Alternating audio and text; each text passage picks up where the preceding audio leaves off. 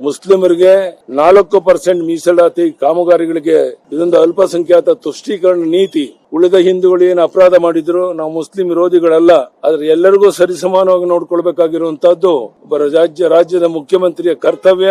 ಅದನ್ನ ಮಾಡದೇನೆ ಹಿಂದೂಗಳಿಗೆ ದ್ರೋಹ ಮಾಡಿರುವಂತ ಕೆಲಸವನ್ನ ಮಾಡಿದ್ದಾರೆ. ಪ್ರತಿ ತಿಂಗಳು ಒಂದಲ್ಲ ಒಂದು ರೀತಿ ಬೆಲೆಯನ್ನ ಹೆಚ್ಚಳ ಮಾಡ್ತಾನೆ ಇದ್ದಾರೆ. ತಮಗೆ ಗೊತ್ತಿದೆ, ಇಡೀ ದೇಶದಲ್ಲಿ ಪೆಟ್ರೋಲ್ ಡೀಸೆಲ್ ಬೆಲೆ ಕಡಿಮೆ ಆದರೆ ಕರ್ನಾಟಕದಲ್ಲಿ ಲೀಟರ್ಗೆ ₹3 ಹೆಚ್ಚಳವನ್ನು ಮಾಡಿದ್ದಾರೆ. ಬಸ್ ದರವನ್ನು ಏರಿಕೆ ಮಾಡಿದ್ದಾರೆ.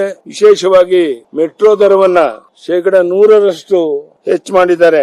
ಸಾಮಾನ್ಯ ಜನ ಉಪಯೋಗಿಸುವಂತಹ ಹಾಲಿನ ದರವನ್ನ ಇನ್ನೆಂದೂ ಇಲ್ಲದ ರೀತಿಯಲ್ಲಿ ಒಂದೇ ಬಾರಿಗೆ 1 ಲೀಟರ್ಗೆ ₹4 ಹೆಚ್ಚಿಸಿದ್ದಾರೆ.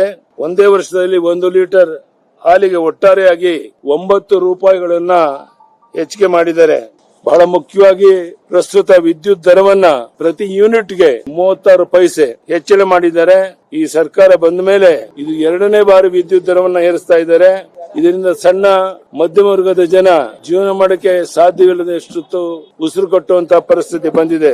ಹಿಂದೆ ರೈತರು ಟ್ರಾನ್ಸ್ಫಾರ್ಮರ್ ಹಾಕ್ಸೋದಕ್ಕೆ ₹30,000 ವೆಚ್ಚ ಆಗ್ತಾ ಇತ್ತು. ಈಗ 2.5 ಲಕ್ಷ ಏರಿಕೆ ಮಾಡಿದ್ದಾರೆ. ಅದೇ ರೀತಿ stamp duty, SR value, guidance value ಇವುಗಳನ್ನ 100% ಇಂದ 1,000% ಹೆಚ್ಚಳ ಮಾಡಿದ್ದಾರೆ. ದಿನ ಬಳಕೆಯ ಪ್ರತಿ ವಸ್ತುವಿನ ಬೆಲೆಯನ್ನ ಏರಿಸುತ್ತಿರುವಂತಹ ಕಾಂಗ್ರೆಸ್ ಸರ್ಕಾರ ಜನರನ್ನ ನೆಮ್ಮದಿಯಿಂದ ಬದುಕಿ ಬಿಡ್ತಾ ಇಲ್ಲ.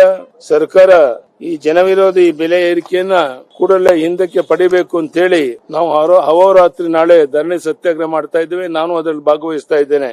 ಈ ಎಲ್ಲ ಬೆಲೆ ಏರಿಕೆ ಹಿನ್ನೆಲೆಯಲ್ಲಿ ಜನ ಸಾಮಾನ್ಯರು ಬದುಕಕ್ಕೆ ಸಾಧ್ಯ ಇಲ್ಲದಿರುವಂತಹ ಉಸಿರು ಕಟ್ಟುವಂತಹ ಪರಿಸ್ಥಿತಿ ಬಂದಿದೆ.